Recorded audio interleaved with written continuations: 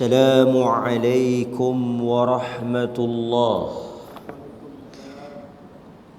الحمد لله نحمده ونستعينه ونستغفره ونعوذ بالله من شرور أنفسنا ومن سيئات أعمالنا. من يهده الله فلا مضل له ومن يضلله فلا هادي له. أشهد أن لا إله إلا الله وحده لا شريك له وأشهد أن محمدا عبده ورسوله. أما بعد. Muslimin muslimat, hadirin hadirat dirahmati oleh Allah Subhanahu wa taala, kita sambung hadis yang ke-8 muka surat 239.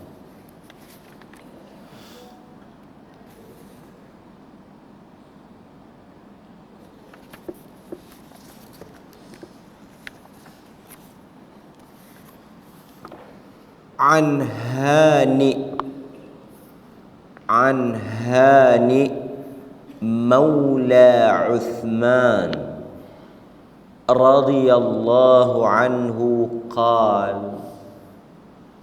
daripada Hani maula bekas hamba Uthman ibn Affan radhiyallahu anhu. Hani tabi'in, daripada kalangan tabi'in. Dia bukan daripada kalangan sahabat. Dia tabi'in, bekas hamba kepada Uthman ibn Affan, maula Uthman. Kata Hani cerita radhiyallahu anhu, Allah meridai dia. Dia cerita, kana Uthman radhiyallahu anhu idza waqafa. Uthman radhiyallahu anhu apabila dia berdiri, waqafa ni artinya dia berdiri, ala qabri, di atas perkuburan, baka, dia menangis.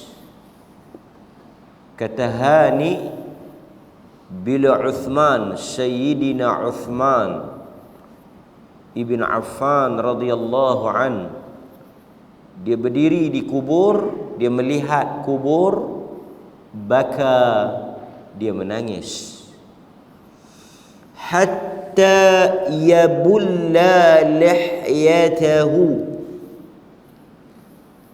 dia menangis ni sehingga yabulla lihyatahu, basah janggut dia. Faqila lahu, dikatakan atau ditanya kepada Uthman, qila lahu, ditanya atau dikatakan kepada Uthman, tadhkurul jannata wan nar, disebut, diceritakan kepada engkau tentang syurga dan neraka. Fala tabki, engkau tak menangis pun. Wa tabki min hadha, tapi bila kau tengok kubur kau menangis. Pelik, kehairanan di kalangan mereka yang melihat apa yang berlaku kepada Uthman. Dia berkata dekat Uthman, tadhkuru al-jannah wan nar, disebut ke hadapan engkau, disebut kepada engkau, diceritakan tentang keadaan syurga, nikmatnya, neraka dan sebagainya. Engkau tak menangis. Tetapi apabila engkau berdiri melihat kubur, engkau menangis hatta yabulla, sehingga basah janggutnya. Kenapa perbuatan itu berlaku? Melihat kubur menangis. Kata Uthman, kita sambung. Dia kata faqala, jawab Sayyidina Uthman, inna Rasulullah sallallahu alaihi wasallam qala, kerana sesungguhnya dia mendengar Rasulullah sallallahu alaihi wasallam bersabda, qal, ini sebab kenapa dia menangis.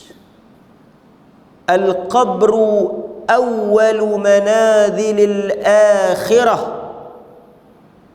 fa in yanju minhu fama ba'dahu aysar minhu, wa in lam yanju minhu fama ba'dahu ashaddu min. قال وقال رسول الله صلى الله عليه وسلم ما رأيت منظرا قط إلا والقبر أفظع منه. Kata Uthman, sesungguhnya aku mendengar Rasulullah sallallahu alaihi wasallam menyebut, sesungguhnya awwalu manazilil akhirah, manzil, tempat yang pertama kepada perjalanan menuju akhirat itu, dia bermula di kubur.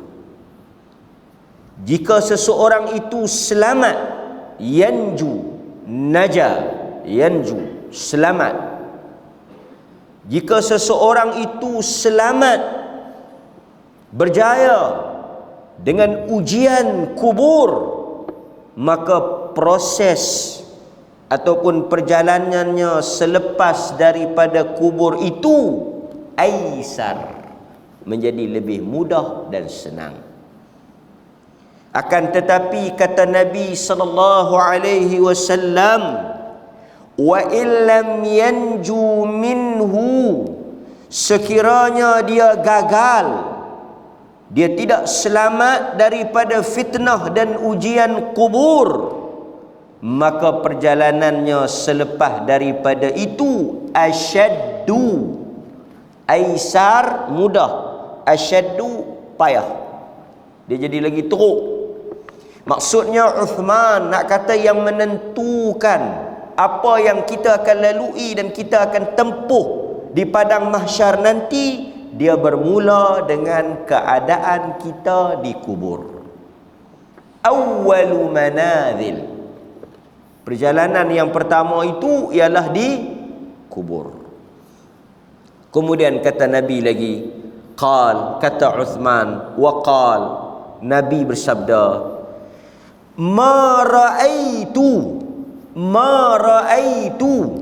tidaklah aku melihat, manzaran, pemandangan, qats, tidak pernah aku melihat mana-mana pemandangan yang lebih menggerikan, yang lebih menakutkan, yang lebih buruk daripada apa yang aku lihat, kata Nabi, di kubur.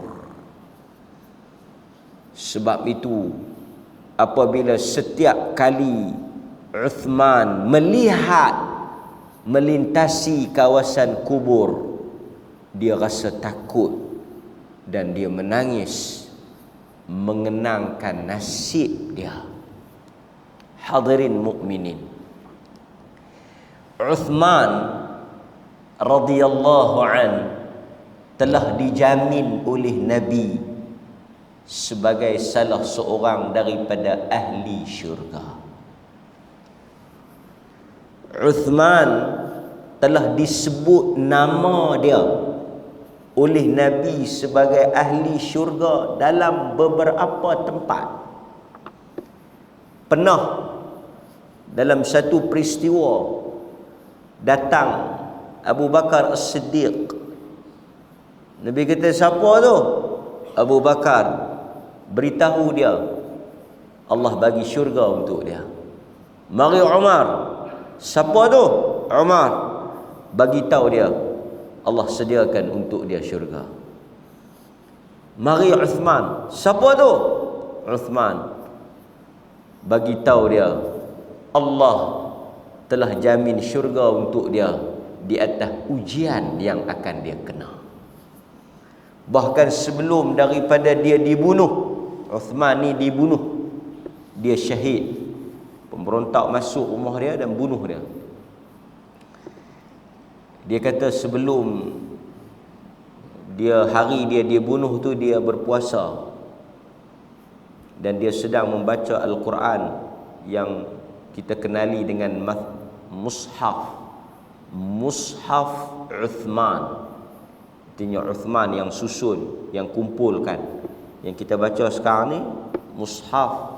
Tuan-tuan bayangkan jasa dan jariah yang dilakukan dan ditinggalkan oleh Uthman.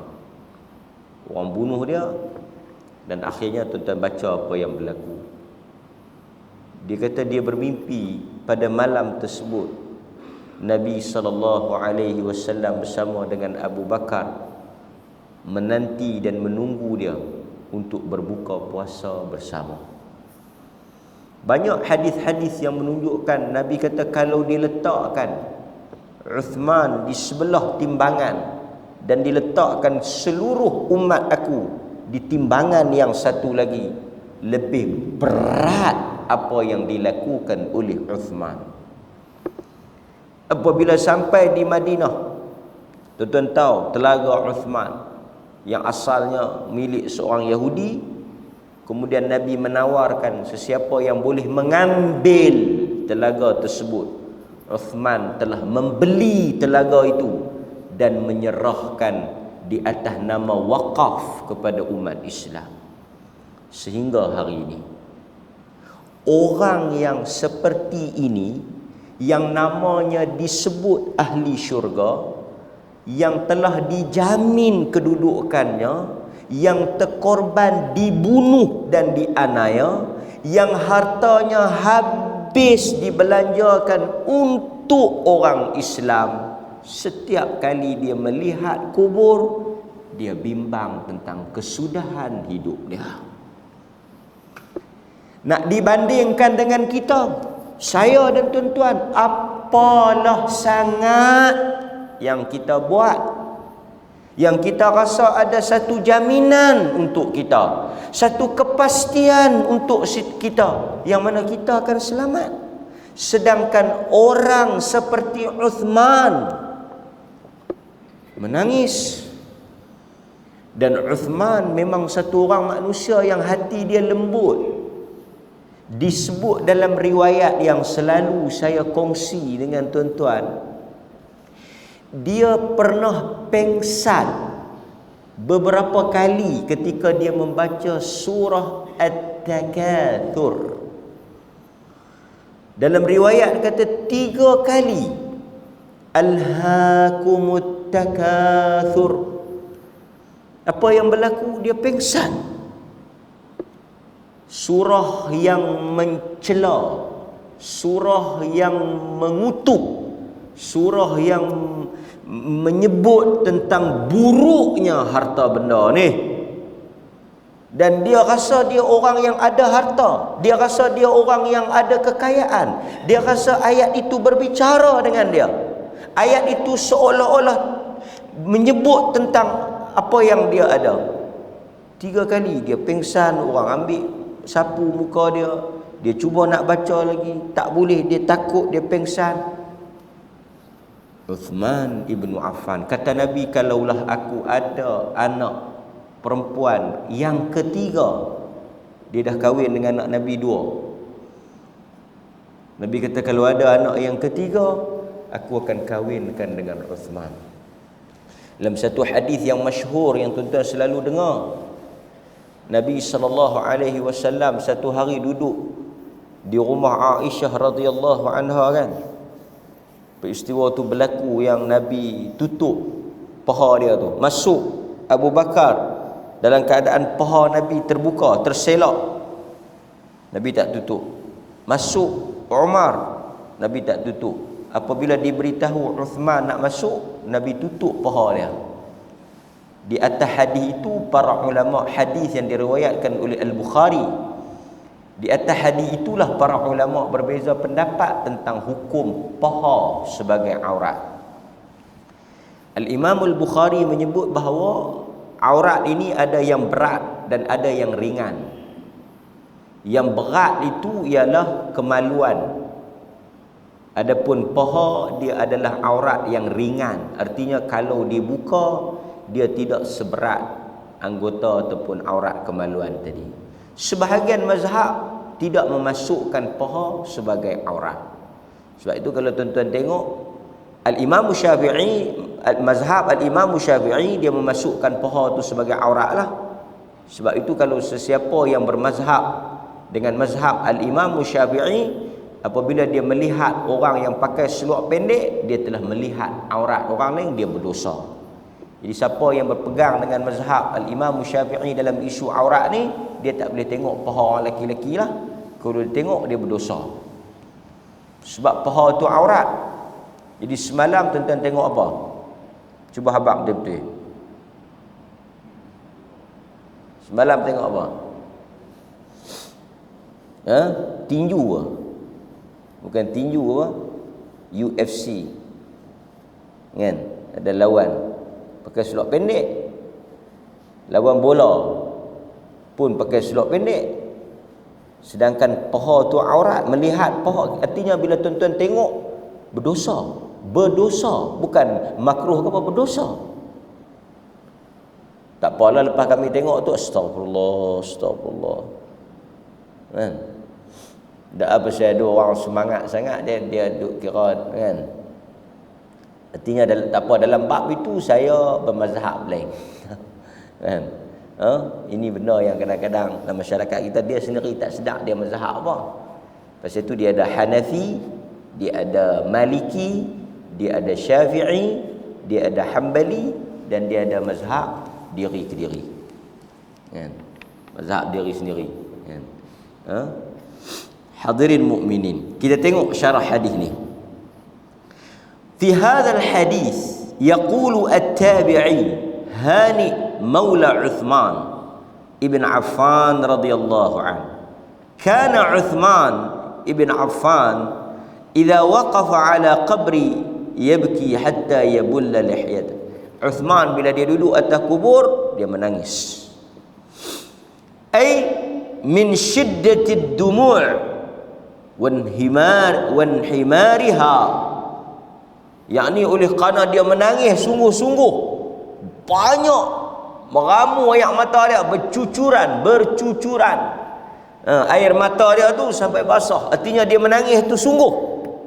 Kan? Ada orang dia menangis sikit-sikit dia keluar air mata meleleh. Yang ni menangis sungguh, menangis begitu insaf, menangis orang kata apa, meraung lah macam kan, betul-betul dia takut. Orang yang takut ni. Kemudian disebut kepada dia, kenapa bila disebut tentang syurga, disebut tentang neraka, engkau tak menangis? Dia kata la tabki min khaufin nar. Bila disebut kepada neraka, engkau tak menangis kerana takutkan neraka atau kerana rindukan syurga, tetapi engkau menangis apabila engkau memikirkan tentang bahaya dan besarnya apa yang menanti di kubur. Kemudian kata Uthman seperti yang kita baca, mufassiran lisababi bukaih 'inda al-qabr. Lalu Uthman menjelaskan, menghuraikan maksud dan sebab kenapa dia menangis di sisi kubur. Kerana dia kata sesungguhnya kubur itu adalah tempat yang pertama yang disebut oleh Nabi. Yakni apa dia? Dia kata awwalu manaziliha is-su'al. Tempat yang pertama tu, pertama apa? Nombor satu, fis su'al, soal jawab. Maksudnya sebelum tuan-tuan disoal di akhirat, sebelum dihisap di akhirat, tuan-tuan akan disoal di kubur. Dia macam ni lah tuan-tuan, nak bagi mudah fahamnya, katalah tuan-tuan naik kapal terbang ataupun pergi mana-mana tempat lah kan, dia ada 2-3 checkpoint. 2-3 checkpoint. First inspection ataupun first counter tu, tuan-tuan pergi kan, dia ada 2-3 kaunter lah, mungkin kaunter polis ke, kaunter immigration ke, kaunter custom kan. Kalau tuan-tuan pergi border tu, dia ada 3-4 agensi, polis, immigration, custom, perhilitan, apa semua ni. Kalau tuan-tuan lulus yang first tu, yang pertama tu selalunya yang paling menakutkan lah kan. Bila kita dah pergi, dia tanya, dia tengok apa semua, dia cop situ ke, lepas tu pi lepas daripada tu tak ada apa. Dia dah cok dah. Pasal tu yang kaunter-kaunter lepas daripada tu dia tak tengok jalan. Kan? Sebab sana dah check. Dia umpama macam tu lah. Artinya kalau tuan-tuan pada peringkat yang pertama, fis su'al wal hisab was thawab wal iqab, pada peringkat yang pertama, soal jawab kubur, hisab kubur, dan telah ditentukan di kubur, maka tuan-tuan akan selamat pada perjalanan akhirat. Apa dia perjalanan akhirat tu? Hisab, mizan. Tuan-tuan akan dihisab di akhirat, tuan-tuan akan ditimbang di akhirat, tuan-tuan akan diberi buku catatan di akhirat. Wa murur 'alas sirat, dan tuan-tuan akan berjalan di atas sirat.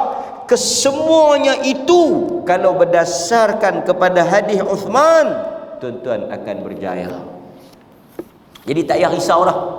Kalau tuan-tuan pergi ke kubur, lepas soal jawab, dapat nikmat kubur, dapat segala janji-janji yang diberikan di kubur, tuan-tuan tak perlu risau nak memikirkan apa yang tuan-tuan akan lalui di akhirat. Tengok, itu apa yang disebut kan. Dia kata lagi, disebut di sini, dia kata lau annahu kana minal muna'amin, sekiranya tuan-tuan ni minal muna'amin, daripada kalangan orang yang mendapat nikmat kubur, al muna'amina fil qabr fa fi dhalika dilalatun. Jika tuan-tuan dapat nikmat kubur, tuan-tuan termasuk daripada mereka yang diberikan nikmat kubur, fa fi dhalika dilalatun, itu ialah dalil, bukti, petunjuk yang jelas ala najatihi min baqi al-manazil al-ukhra hatta yadkhul al-jannah. Itu ialah bukti yang paling jelas, yang paling yang muktamad, yang tuan-tuan akan najatihi min baqi, yang lain-lain tu semua selamat. Min manazil al-ukhra hatta yadkhul al-jannah. Mangkit tu saja orang kata apa, prosedur ya. Lepas tu lepas dah. Tapi kalau tang kaunter pertama pun 3 jam tak sudah-sudah lagi kan. Kalut lah. Orang lain semua lepas masuk lah. Dia tang hak pertama tu sangkut dah kan, hak belakang lagi sangkut dah. Nampak? Kemudian hadirin mukminin, dia kata lagi di sini, dia kata boleh juga kita fahami apabila seseorang itu diberikan khabar gembira, dia telah mengetahui kesudahan dan kedudukannya, pengakhirannya. Tuan-tuan dah boleh tahu dah result, kesudahan tuan-tuan tu. Sama ada boleh lepas titian sirat, berat timbangan, selamat dapat buku belah kanan. Semuanya itu tuan-tuan telah mengetahuinya dengan berita yang disampaikan di kubur. Dapat buku belah mana? Kanan kiri? Kanan. Timbang ada nak berat belah baik. Lintah ada nak boleh lepas? Bila nak tahu? masa dikubur. Itu apa yang disebut, kan? Kemudian dia kata lagi di sini, dia kata qala Uthman radhiyallahu an wa qala Rasulullah sallallahu alaihi wasallam, ma raaitu manzaran qat illa wal qabru afdha min. Dia kata, apa maksud aku tidak melihat suatu pandangan, suatu penglihatan, suatu pemandangan yang lebih buruk, yang lebih menakutkan, yang lebih menggerikan daripada kubur.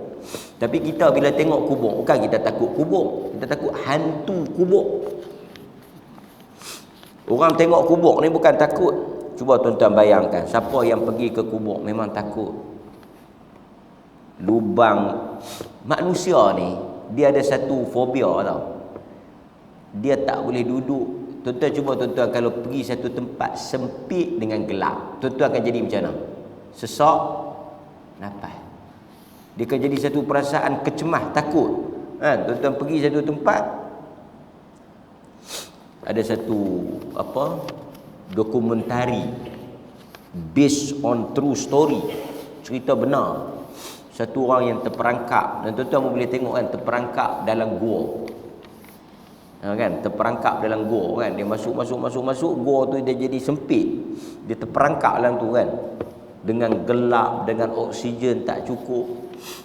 Kan? Dia jadi satu trauma.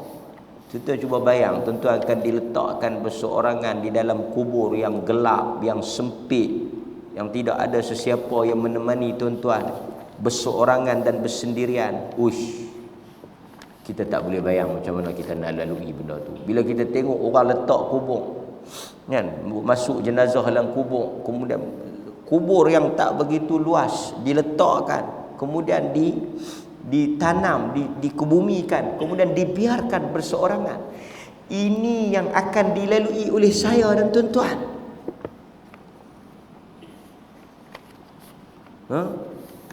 Sebab itu dalam kesempatan yang ada ni, kita guna amalan-amalan yang boleh kita buat. Karena akhirnya tuan-tuan, saya dan tuan-tuan akan bersendirian, keseorangan di dalam kegelapan kubur. Nabi kata, aku tak pernah lihat. Nabi ni dia tengok habis dah. Syurga dia tengok, neraka dia tengok.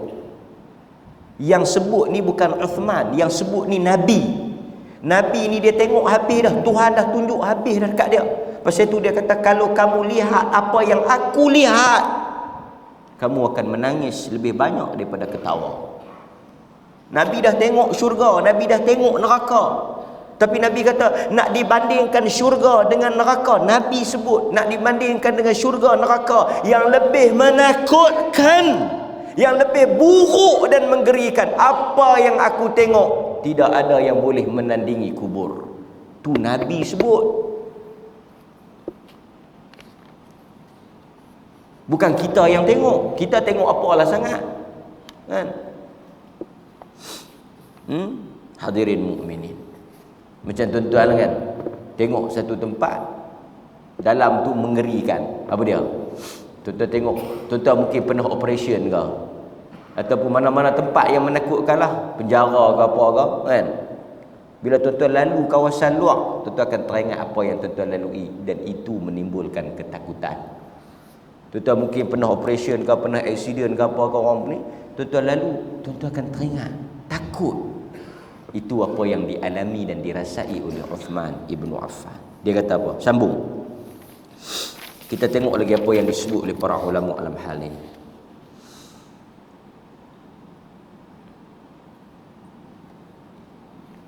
Dia kata,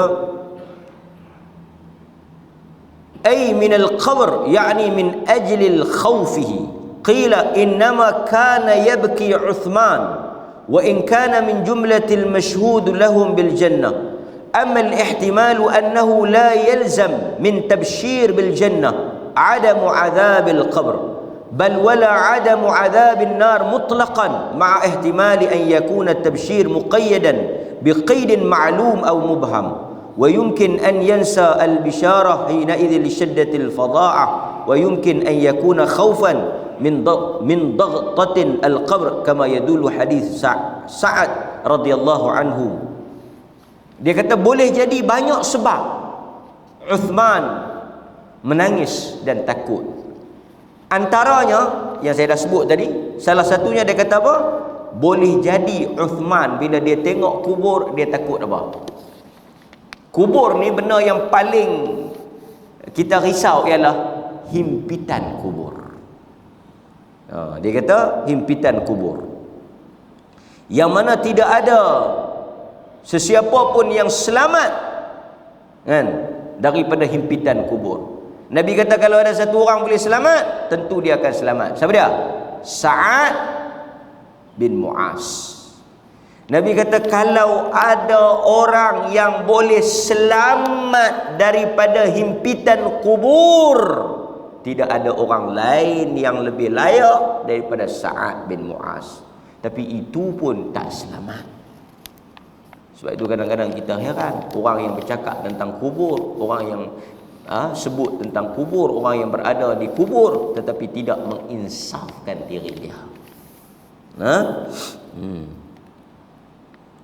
Kemudian hadirin mukminin, dia kata lagi, apabila seseorang itu selamat daripada kubur, maka dia akan selamat daripada perjalanan yang banyak, seperti yang saya sebut tadi. Yang pertama, indal araq, ketika dibentangkan amalan. Wa minha al-wuquf indal mizan, iaitu ketika dia berdiri di timbangan. Wa minha al-murur 'ala sirat, ketika dia nak lintah titian sirat. Kesemua tempat ini dia akan selamat. Nampak? Kemudian hadirin mukminin, dikatakan bahawa sesiapa yang selamat di kubur ni, apa maksudnya? Selamat daripada azab kubur. So tuan-tuan kena berjuang, kita berjuang sama-sama, kita bertarung sama-sama untuk memastikan di sini kita selamat. Make sure, pastikan apapun yang berlaku esok, tuan-tuan selamat di kubur. Dan malangnya tuan-tuan, tidak ada siapa yang boleh membantu kita di kubur. Kemudian dia sambung lagi, dia kata apa? Dia kata sesiapa yang telah selamat di kubur, ay lam yatakhalla min adzabil qabr wa lam yukaffir zunub bahu bihi wa baqiya alaihi syai'un mimma yastahiqqul adzab li anna nar ashaddul adzab. Dia sebut juga, dia kata boleh jadi dia macam ni, orang yang bila dia masuk kubur dia kena azab kubur, katakanlah dia kena azab kubur, dia jadi ada dua maksud, dia ada dua boleh faham. Satu, siapa yang masuk kubur selamat, boleh jawab, artinya yang lain pun selesai. Tapi siapa yang masuk kubur dia kena azab, ada juga pandangan kata yang tu boleh meringankan apa yang akan dia tempuh esok di akhirat, kerana itu boleh dianggap sebagai kafarah untuk dia. Dia boleh pikir tu. Maksudnya kalau tuan-tuan semua kena balun, rimbuk, renyuk betul-betul dalam kubur, esok tak kena balun sangat. Dia ada pergi faham tu juga kan. Tapi tuan-tuan tak payah duk minta macam tu. Tak apa ustaz, bagi kena bilah kan. Masuk mangkit esok tak teruk sangat. Ya. Jangan, wal a'yadzu billah kan. Kemudian dia kata apa lagi? Dia kata apabila Uthman menyebut sesiapa yang selamat kan, dalam hadis itu siapa yang selamat dia akan selamat, dan siapa yang tak selamat dia tak akan selamat. Kerana kubur boleh menjadi, tuan-tuan ingat, kubur tuan-tuan dan kubur saya ni dia boleh jadi antara dua. Hufratun min hufarin niran. Hufratun min hufarin niran. Dia boleh jadi lubang daripada lubang-lubang neraka. Tak masuk neraka lagi, bukan the real neraka, neraka yang hakiki itu bukan. Baru lubang daripada lubang-lubang neraka. Tapi kalau tuan-tuan, kubur pun dah lubang neraka dah, takkan nak masuk dalam syurga? Tuan-tuan seluk dalam satu lubang, lubang ulang, tuan-tuan nak boleh apa? Keli. Tuan-tuan seluk tu lubang ular kena patuk lah. Takkan dia kata tak apa, lubangnya ular, ikan banyak dalam ni. Seluk tengok. Lubang daripada lubang-lubang neraka, dan dia boleh jadi raudhah min riyadil jannah, dan dia boleh jadi taman daripada taman-taman syurga. Kan, itu apa yang disebut oleh Uthman ibn Affan radhiyallahu an berdasarkan hadis yang dia dengar daripada Nabi sallallahu alaihi wasallam. Kesimpulannya, apa yang kita boleh buat? Kesimpulan yang kita boleh buat yang disebut oleh para ulama, satu, dia kata satu, setiap Muslim yang beriman dengan azab dan nikmat kubur hendaklah memastikan dia selamat daripada azab kubur. Antara yang boleh menyelamatkan kita daripada azab kubur ni, seperti mana yang disebut di dalam hadis-hadis Nabi sallallahu alaihi wasallam, ialah kita mengelakkan daripada melakukan punca kita diazab di kubur. Antaranya apa? Apa yang menyebabkan satu orang diazab di kubur? Satu, dia kencing tak basuh. Ataupun para ulama kata la yastatiru min bauli, dia tidak bersuci dengan baik. Maksudnya dalam soal taharah. Sebab bila dia feel dia tak betul dalam soal taharah, soal ibadat dia juga akan bermasalah. Pasal tu yang ni kita make sure lah, kita tengok. Tapi janganlah sampai kita duk pedor bagi betul taharah, dia mai pula satu lagi penyakit was-was. Janganlah sampai tahu tu, kan? So itu yang pertama. Yang kedua, an-namam, namimah, yakni mengadu domba. Ini juga antara penyebab seseorang itu diazab di alam kubur. Yang kedua, hendaklah setiap daripada Muslim, mukmin, senantiasa tidak meninggalkan doa supaya diselamatkan daripada azab kubur, seperti yang dilakukan oleh Nabi sallallahu alaihi wasallam. Nabi tidak pernah meninggalkan selepas daripada membaca tasyahud, sebelum memberi salam, Allahumma inni a'udzubika min azabi jahannam wa min azabil qabr. Jangan ditinggalkan walaupun sekali. Itu apa yang disebut oleh para ulama. Dan yang ketiga, hendaklah setiap daripada orang yang beriman itu melazimi dan menjadikan rutin untuk dirinya menziarahi kubur, kerana itu boleh mendatangkan keinsafan dan ketakutan untuk dia melakukan dosa dan maksiat kepada Allah. Lazimi, artinya kalau boleh tuan-tuan, ada masa, ada ruang, kalau kita rasa hati kita keras, hati kita menjadi kasar, hati kita menjadi, orang kata apa, tertarik dengan maksiat dan dosa, pergi kubur, ziarah kubur, kerana itu boleh melembutkan hati. Dan mudah-mudahan tuan-tuan, apa yang kita sebut di dalam hadis-hadis Nabi sallallahu alaihi wasallam ni memberikan keinsafan kepada saya dan tuan-tuan. Apa yang tuan-tuan buat di dunia ni, itulah yang akan tuan-tuan dapat di dalam kubur. Wallahu taala a'lam, sallallahu ala nabiyina Muhammad wa ala alihi wasahbihi wasallam, walhamdulillahi rabbil alamin. Assalamualaikum warahmatullahi wabarakatuh.